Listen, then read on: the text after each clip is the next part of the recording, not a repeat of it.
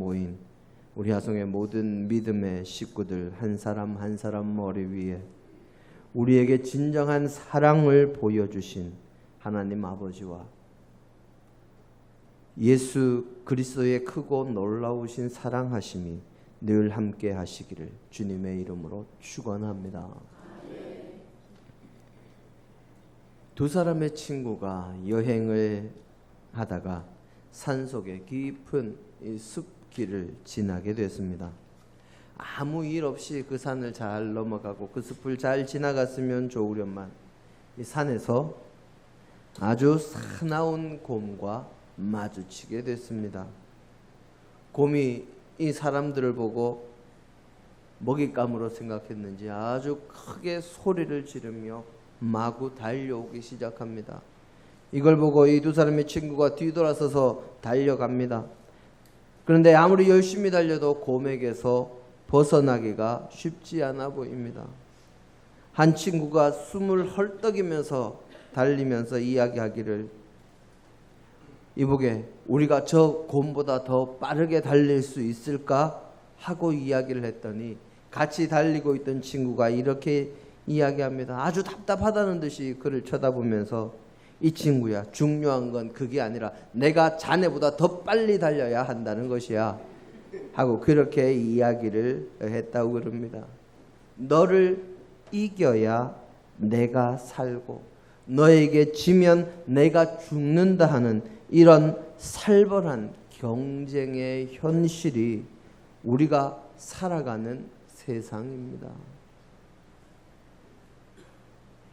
이 친구라는 말, 친할 친자, 오래를 구자를 써서 오랫동안 친하게 지내온 사람을 뜻하는 말이 친구입니다. 서로가 서로의 마음과 형편과 처지를 잘 알고 서로를 진심으로 위하면서 함께 기쁨과 슬픔도 나눌 수 있는 사람을 우리는 친구라고 표현을 하지요.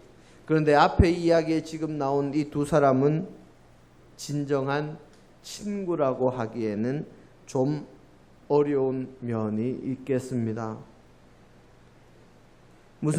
거기에 이어서 요즘 학생들이 친구를 사귀면서 사회 규범에 대한 것을 익히고 세상살이의 방법을 배우고 이 보호받아야 할 학교에서조차 학생들을 줄 세우기에 바쁩니다.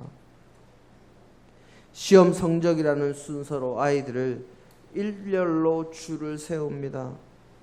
거기에는 같이 가는 것은 있을 수가 없지요. 학생들을 경쟁시키고 다른 사람을 밟지 않고서는 내가 올라갈 수 없다고 그렇게 가르칩니다. 거기에 사랑도 희생도 섬김도 봉사도 나눔도 있을 수가 없습니다. 그저 1등부터 꼴찌까지 줄을 세우기에 바쁘고 거기에서 좋은 등위를 받지 못하면 이 도태될 것이라는 협박을 수도 없이 받게 됩니다. 학생들이 학교에서 친구를 사귈 수도 없고 올바른 사회 생활도 배울 수 없는 상황을 만들어 놓은 것이지요. 그러다 보니 그 경쟁의 정글에서 학교가 배움의 장이 아니라 경쟁의 정글이 되고 그 경쟁의 정글에서 자신에게 또는 자신의 자녀에게 조금만 손해가 나도 그것을 참지 못하고 거기에서 뒤떨어지거나 도태될까 봐 불안해서 학생이 교사를, 학부모가 교사를 불신하고 존중하지 않으며 법정 다툼까지 가는 이 꼴불견을 주변에서 쉽게 보게 됩니다. 요즘 서희초 이 선생님 이야기로 말들이 많습니다만은 그 모든 문제의 근간에는 경쟁, 그리고 나는 손해볼 수 없고 나는 살아남아야 한다는 경쟁과 이기심이 그 모든 것의 바탕에 깔려 있는 것이지요. 학생들만 줄을 세웁니까? 그렇지 않습니다. 학교를 졸업하면 회사에서도 줄을 세웁니다. 성과를 가지고 줄을 세우고 전국 탑이니 지역 탑이니 거기에 따라서 직장을 얼마나 오래 다닐 수 있는가가 결정이 됩니다. 성과가 부족하면 밀려나는 것이 현실이지요.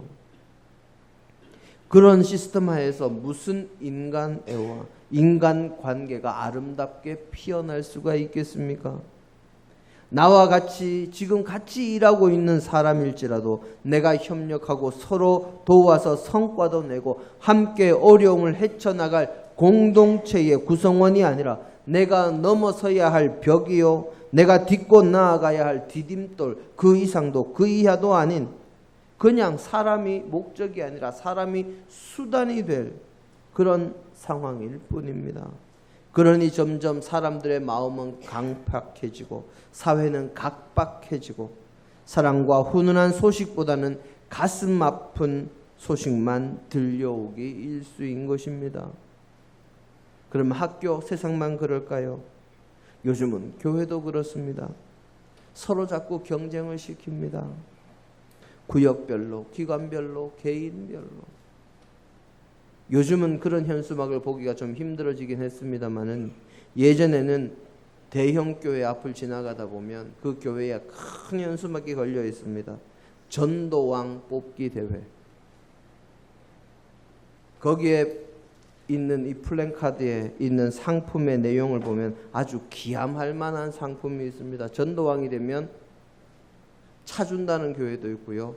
금 10돈 준다는 교회도 있고요. 뭐 정말 상상을 초월하는 그런 상품들을 걸고 전도왕 뽑기 대회를 엽니다.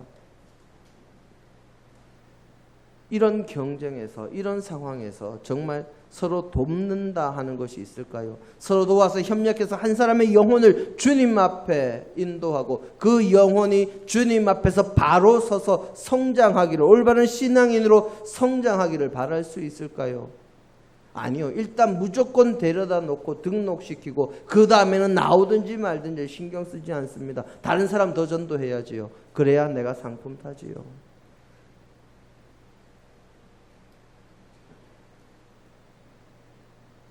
성도는 서로 주님 안에서 거룩한 교제를 나누는 친구와 같은 존재들이 되어야 하는 공동체인데 그런 거룩한 교제와 친교가 경쟁 가운데서 이루어질 수 있을까요?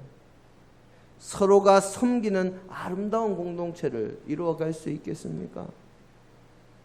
오늘 우리의 본문 말씀은 주님께서 다른 말씀들처럼 들판이나 산이나 바다나 강에서 전하신 말씀이 아닙니다. 바로 마가의 다락방에서 전하신 말씀이지요. 마가의 다락방에서 일어났던 사건들 어떤 것이 있을까요? 다들 아실 텐데 이 겸손하셔서 대답을 안 하십니다. 자, 마가의 다락방에서 일어났던 제일 큰 사건, 오순절 성령 강림 사건이 이 마가의 다락방에서 일어났고 그 전에 먼저 주님께서 제자들에게 유월절 만찬을 나누시던 일이 그 마가의 다락방에서 일어났습니다. 그 마가의 다락방, 주님께서 제자들에게 성만찬, 마지막 유월절 만찬을 베푸시면서 성만찬을 제정하시고 당신과 함께하는 그 모든 사람들을 사랑하시되 끝까지 사랑하시는 모습을 보이셨습니다. 그리고 거기서 제자들의 발도 씻겨주셨고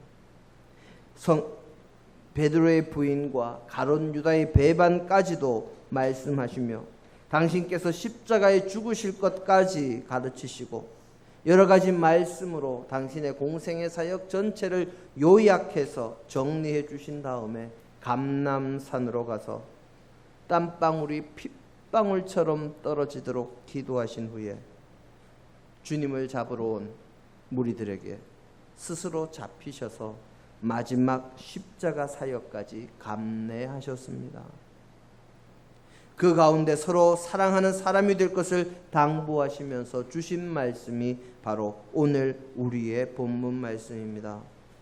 오늘 우리의 본문 말씀을 보면 주님께서 주시는 계명은 새로운 계명이요 그 계명은 내가 너희를 사랑한 것 같이 너희도 서로 사랑하라는 것이요 친구를 위하여 목숨을 버리는 것보다 더 큰 사랑이 없으며 주님의 그 말씀대로 행하는 자가 되면 우리가 진정으로 주님의 친구가 된다고 주님께서는 우리에게 말씀하시고 계십니다.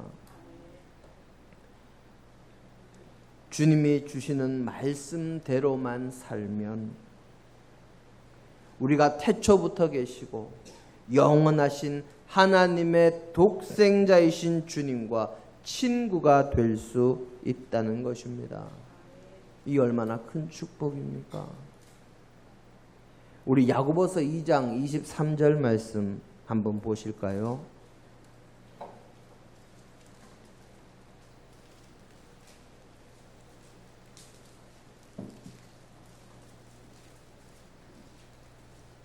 혹시나 옆에 졸고 있는 사람이 있으면 좀 깨워주시고요. 야고보서 2장 23절입니다.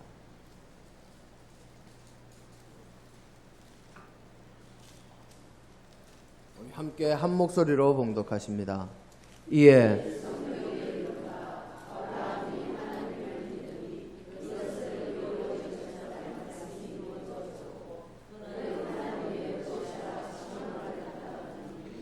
아멘. 자, 아브라함을 무엇이라고 이야기하고 있습니까? 하나님의 벗은 이 친구라는 한자 말의 순우리말이 벗입니다. 아브라함이 어떻게 해서 하나님의 벗이라는 칭호를 받게 됐습니까? 하나님의 말씀대로 하나님의 뜻대로 행하는 사람이었기 때문에 그 칭호를 받았습니다. 하나님께서 내 외아들 너의 하나뿐인 아들 이삭을 바치라는 그 하나님의 말씀에 아브라함은 그 어떤 불순종의 모습도 보이지 않으시고 온전히 순종하며 하나님의 말씀을 지켰습니다. 외아들도 아끼지 않고 하나님 앞에 내어놓는 그 마음, 그 하나님의 일을 위해서 자신의 아들까지 바치려는 그 마음이 하나님의 마음과 똑같았기 때문이지요. 하나님의 마음 어떤 마음입니까? 우리를 구원하시려는 하나님을 위해서 무엇을 희생하십니까? 독생자 예수를 희생시키십니다. 십자가에 달리게 하시지요. 이 땅에 보내시지요. 그 가슴 아픈 사건을 하나님께서 의를 위해서 희생하신 것처럼, 우리를 위해서 희생시키신 것처럼 아브라함도 하나님의 말씀을 지키고 하나님의 일을 위해서 자신의 아들을 바칩니다. 아들을 희생시켜서라도 큰 의를 이루시려는 그 하나님의 마음, 그 마음을 누가 가장 잘 알겠습니까? 똑같은 일을 경험했던 아브라함이 가장 잘 알 것입니다. 그러니 서로가 서로를 가장 잘 아는, 서로의 형편과 처지, 그 마음을 이해하고 알 수 있는, 그래서 친구가 되는 것이지요. 아브라함은 자신의 아들까지도 하나님 앞에 내어놓으며 그 말씀에 순종함으로 하나님의 벗이라 칭함을 받는 영광을 차지하게 되었습니다. 우리가 하나님의 말씀에 순종하면 우리도 하나님의 그리고 예수님의 친구가 될 수 있다고 오늘 우리의 본문은 우리에게 가르쳐 주고 있습니다. 실제로 주님은 이 땅에 오셔서 하나님 나라의 사역을 감당하시며 제자들을 부르셨습니다. 그렇지만 그들과 수직적인 관계가 아니라 제자들과 수평적인 아주 평등한 관계를 이루셨던 분이십니다. 사실 예수님 당시에 스승과 제자는 주인과 종의 관계와 마찬가지였습니다. 제자는 스승에게 절대 복종해야 했습니다. 우리네 옛말에도 제자는 스승의 그림자도 밟지 말라고 했지요. 그것처럼 제자는 스승에게 아주 절대 복종하는, 그리고 스승은 제자에게 절대적인 그런 존재였습니다. 요즘도 가끔 이 대학원생들의 이야기가 인터넷에 올라오는 것을 보면 이 대학원생들이 학문 연구에 주력하는 것이 아니라 박사과정을 제대로 마치지 못할까봐 이 교수님의 심부름꾼으로 마치 종처럼 전락한 것 같다는 그런 이야기들을 종종 볼 수가 있습니다. 그렇지만 주님은 그런 스승이 아니셨습니다. 주님은 친히 밥상에서 음식을 나누어 주시고 그리고 제자들의 발을 씻어 주시며 제자들의 식사 시중을 들어주셨습니다. 원래 종이 있고 시중 드는 사람이 있으면 음식이 있을 때 그것을 나누어 주는 것을 누가 시중 듭니까? 종이나 음식을 나누어 주기 위한 그 시중을 들기 위한 그 사람이 그 일을 합니다. 접시마다 음식을 나누어 주지요. 그런데 주님께서는 마지막 유월절 만찬 때 떡을 나누실 때 제자들에게 나누게 하신 것이 아니라 당신께서 직접 떼어서 나누어 주시고 잔도 제자들에게 직접 나누어 주십니다. 직접 섬기신 것이지요. 무엇보다 주님은 제자들을 종이 아니라 친구라 부르셨습니다. 예수님께서 말씀하시는 친구는 내가 살기 위해서 네가 죽어야 하는 그런 친구가 아닙니다. 예수님은 우리를 위해서 십자가에서 자기 목숨을 내놓으신 우리의 진정한 친구이십니다. 우리가 그런 분의 친구가 되는 것은 주님께서 우리를 사랑하신 것처럼 우리도 사랑을 실천하는 길 외에는 없습니다.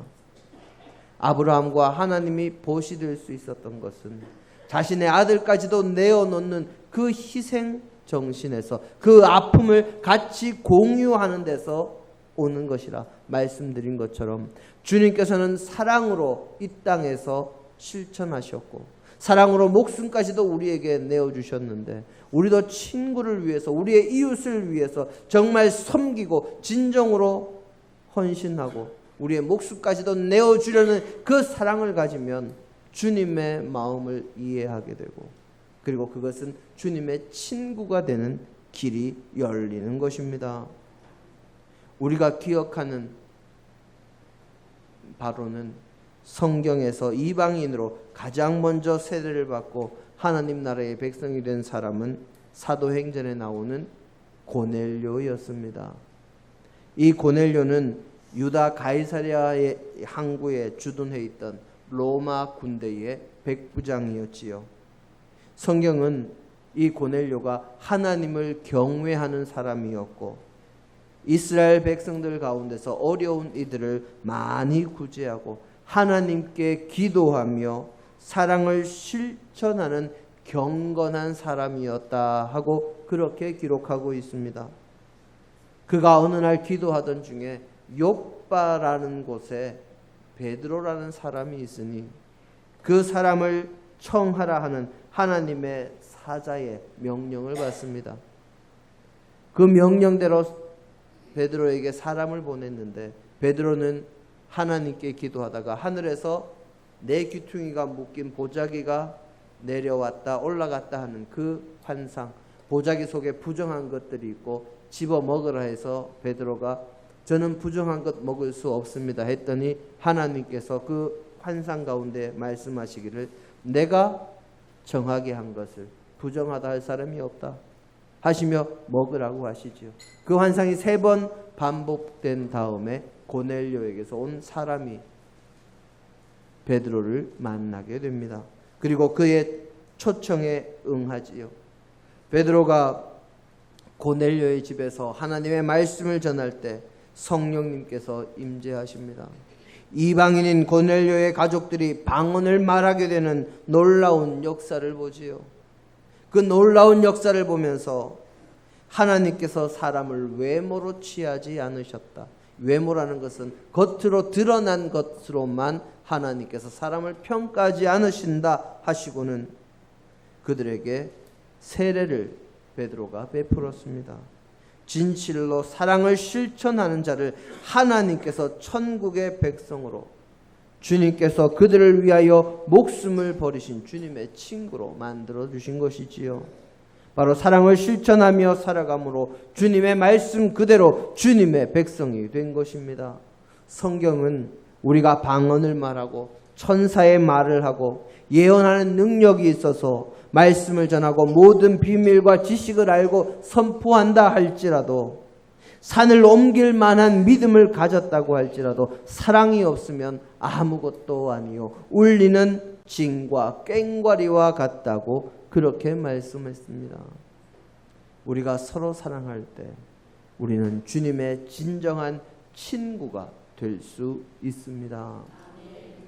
아담과 하와가 하나님의 말씀에 불순종해서 하나님 앞에 나오지 못하고 주님께서 거니시는 그 서늘한 시간에, 저녁 시간에 나무 그늘에 숨어 있을 때 하나님께서는 그들을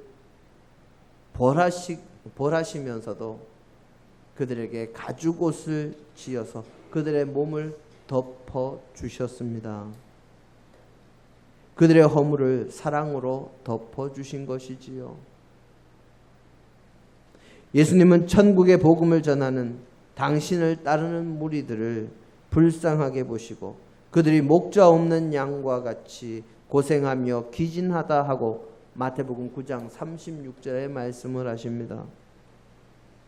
이 고생하다라는 말을 헬라어 원문으로 보면 이 고생하다라는 말은 껍질을 벗긴다 하는 뜻에서 유래한 단어입니다. 껍질은 어떤 것입니까? 무언가를 덮어주고 보호하는 역할을 하는 것입니다. 그러니 껍질이 벗겨진다는 것은 보호받을 수 없고 덮어주지 못하니까 모든 것이 드러나고 그러니까 힘들고 어렵지요. 주님은 껍질이 벗겨져 힘겨운 인생을 사는 무리들을 불쌍히 여기시고 그들을 먹이시고 가르치시며 그들에게 은혜를 베푸셨습니다. 그런데 사람들은 할 수 있는 한 자신뿐만이 아니라 다른 사람들의 껍질을 벗겨내려고 하지요.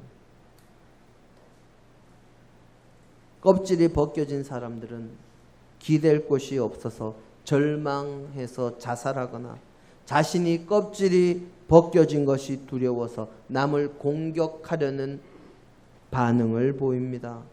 요즘 뉴스를 장식하고 있는 무차별 흉기 폭동, 무차별 살인 같은 그런 범죄들이 바로 그런 것에서 기인하는 범죄들이지요.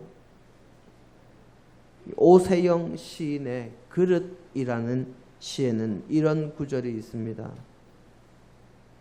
깨진 그릇은 칼날이 된다. 무엇이나 깨진 것은 칼이 된다. 이런 구절이 있습니다. 껍질이 벗겨져서 의지할 곳이 없고 삶의 보람과 의미를 찾을 수 없어서 점점 날카롭게 변해가는 사람들이 칼이 되지 않도록 그들을 돕기 위해서는 사랑으로 덮어주는 껍질이 되어주는 이들이 있어야 합니다. 하나님께서는 우리에게 사랑을 실천하며 사랑으로 다른 이들을, 연약한 이들을 덮어주고 보호하는 교회가 되기를, 그런 껍질이 되어주는 교회가 되기를 원하십니다. 제가 어릴 때는 라면이라고는 삼양라면밖에 없었습니다. 그런데 언제부턴가 농심라면이라는 이 라면이 나왔는데 그 라면의 포장지가 그 전에 있는 이 삼양라면과는 좀 달랐습니다. 삼양라면 포장지는 앞에 어떻게 되어 있습니까? 원 같은 것이 하나 있고 거기에 삼양라면하고 딱 그 상품명만 딱 찍혀 있는데, 농심라면이 처음 나왔을 때 그 그림이 뭔지 혹시 기억나십니까? 두 사람이, 상투튼 두 사람이 마주보고 걸어가는데 둘 다 어깨에 곡식단을 메고서 걸어가는 모습입니다. 두 사람이 마주친 그 모습이 그려져 있지요. 많은 사람들이 알고 있는 의 좋은 형제의 이야기를 그림의 한 장면으로 연출해낸 것입니다. 이 이야기의 주인공인 형제는 부모님의 유산을 받아서 의좋게 잘 나눠가지고 서로 분가를 합니다. 그렇게 분가를 했지만 형은 분가한 동생이 필요할 것이 더 많을 것이다. 새로 살림을 냈으니 필요한 것이 더 많겠지 하고 가을에 수확한 그 볕단 중에서 동생에게 자기 것을 밤에 몰래 가져다 줍니다. 그랬는데 동생은 가만히 생각해 보다가 아무래도 자기는 식구가 적고 식구가 많은 형님네에서 더 많은 곡식이 필요하겠지 해서 자기 집 곡간에서 또 형님네 집 곡간으로 몰래 곡식을 날라놓습니다. 그 다음날 날이 밝았을 때 어떻게 됐을까요? 똑같습니다. 왜 이러지? 하고는 며칠을 계속 서로가 서로의 곡간으로 이 볕단을 날라줍니다. 그러다가 어느 날 밤에 서로 볕단을 들고 길을 가다가 중간에서 두 사람이 딱 마주쳤습니다. 그 장면이 라면 포장지에 나온 거지요.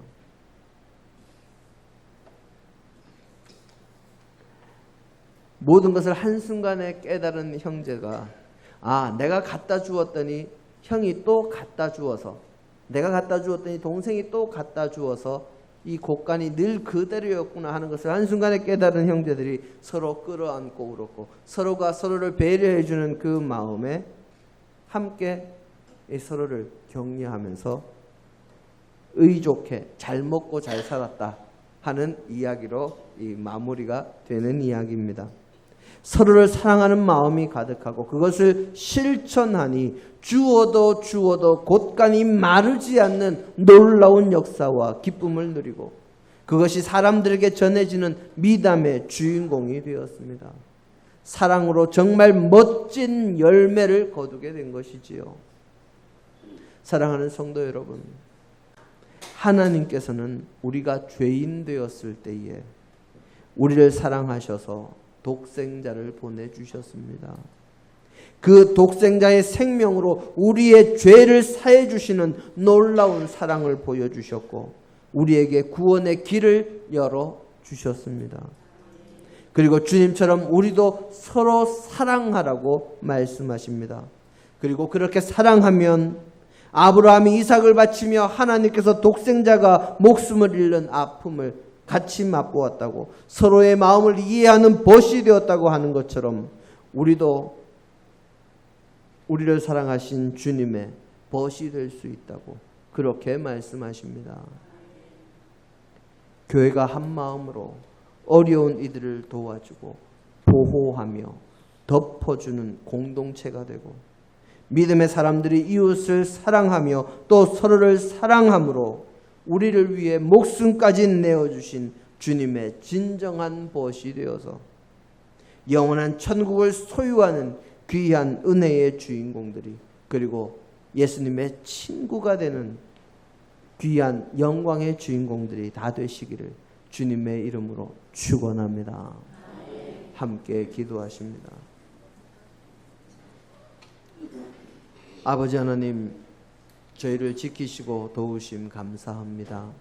주님께서 저희를 사랑하신 것처럼 저희도 사랑하는 자가 되게 하옵소서.